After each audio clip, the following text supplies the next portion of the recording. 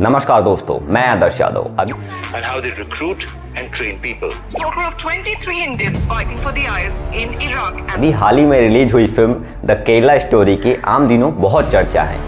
इस फिल्म में ये दिखाया जा रहा है कि केरला में एक खुफिया खेल खेला जा रहा है जिसमें कुछ लोग महिलाओं के साथ ज़बरदस्ती उनका ब्रेन वॉश करते हैं और ज़बरदस्ती उन्हें इस्लाम धर्म में पहले तो कन्वर्ट करते हैं और फिर उन्हें आईसिस के पास भेजा जाता है। और इस फिल्म और फिल्म डायरेक्टर के अनुसार आज भी वो लोग युमान के रेगिस्तान में 32,000 ऐसी लड़कियां दफन हैं। क्या है इसके पीछे की सच और क्या है इसके पीछे का झूठ, आइए जानते हैं इस वीडियो में। मेरे जैसे 32,000 गर्ल्स कन्वर्ट होकर सीरिया और यमन के रेगिस्तान में दफन हो चुकी हैं। और कुछ आंकड़ों को शेयर करने से पहले मैं आपके साथ ये आंकड़ा शेयर करने वाला हूँ कि केरला एक वही स्टेट है जिसे मोस्ट लिटरेसी रेट में नंबर 1 माना जाता है। केरला एक वही स्टेट है जिसे मोस्ट सेफियस्ट स्टेट कहा जाता है। केरला एक वही स्टेट है जिसे मोस्ट इन्वायरमेंटल और हेल्थियर स्टेट कहा जाता है। इन सब के बावजूद भी इस तरह से केरला को बदनाम करने की कोशिश क्यों जा रही है, चलिए जानते हैं। तो इस फिल्म में ये दिखाया गया है कि 32,000 लड़कियों के साथ इस तरह किया जा चुका है, यानी कि पहले तो उन्हें इस्लामिक धर्म में कन्वर्ट किया गया ब्रेन वॉशिंग कर और फिर उन्हें आईसिस में भेजा गया। पर यही सबसे बड़ा झूठ है इस फिल्म का।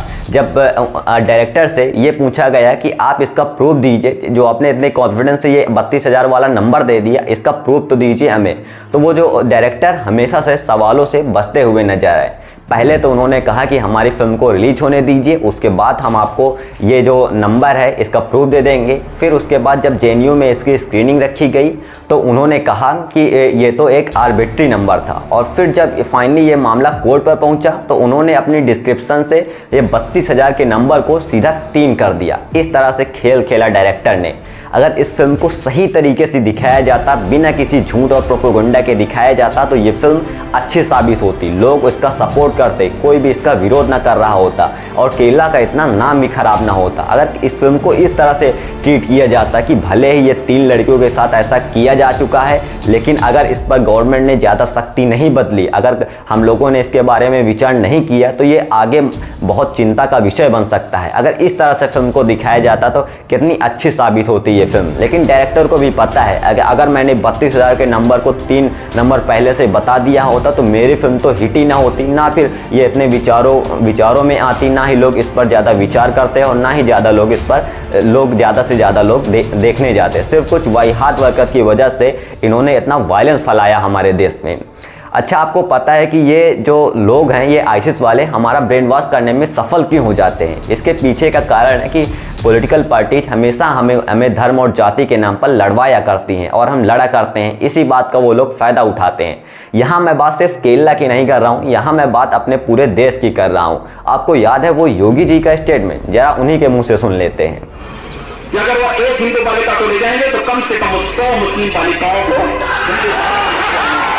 तो सुना आपने ये कैसे वाहियात हरकत की है। इन्हीं सब चीज़ों का फ़ायदा उठाकर आईसिस वाले हमारा ब्रेन वॉश करने में सफल हो जाते हैं।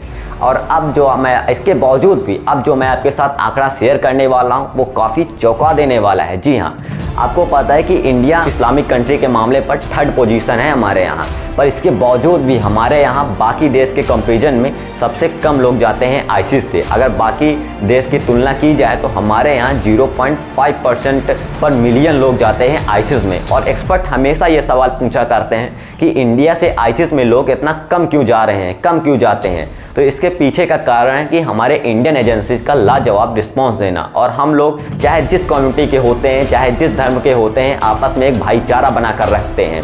और अभी तो इंडियन आर्मी ने हाल ही में ऑपरेशन पिजन के नाम से एक ऑपरेशन निकाला था। बहुत कम लोगों को पता होगा, क्योंकि कम लोगों को पता होगा क्योंकि हमारे देश के प्रधानमंत्री जिनको ये सारी चीज़ें बतानी चाहिए, जिनको तारीफ करनी चाहिए हमारे इंडियन आर्मी की, वो लोग पर हमारे प्रधानमंत्री अपनी रैलियों में झूठी फिल्म का बढ़ावा देते हैं। जो एक ऐसी फिल्म जो कि आधी झूठ पर आधारित है, बिना उसका सच और झूठ जाने सीधा बढ़ावा दे दिया वो सीधा। और यूपी में तो टैक्स फ्री कर दिया गया है इसे।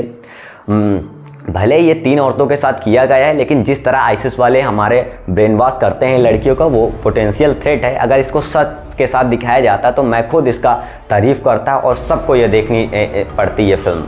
और मैं आपको और बता दूं अच्छा, ये आपको बता दूं कि ये लोग हमें धर्म के नाम पर लड़ाते क्यों हैं। ये लोग जानते हैं कि अगर मैंने इस तरह की फिल्म को बढ़ावा नहीं दिया, लोगों को नहीं बंटवाया, तो हमारा पार्टी कैसे चलेगी। इसी के दम पर तो हम लोग वोट मांगते हैं। फिर हम लोग वोट किस बेस पर मानेंगे।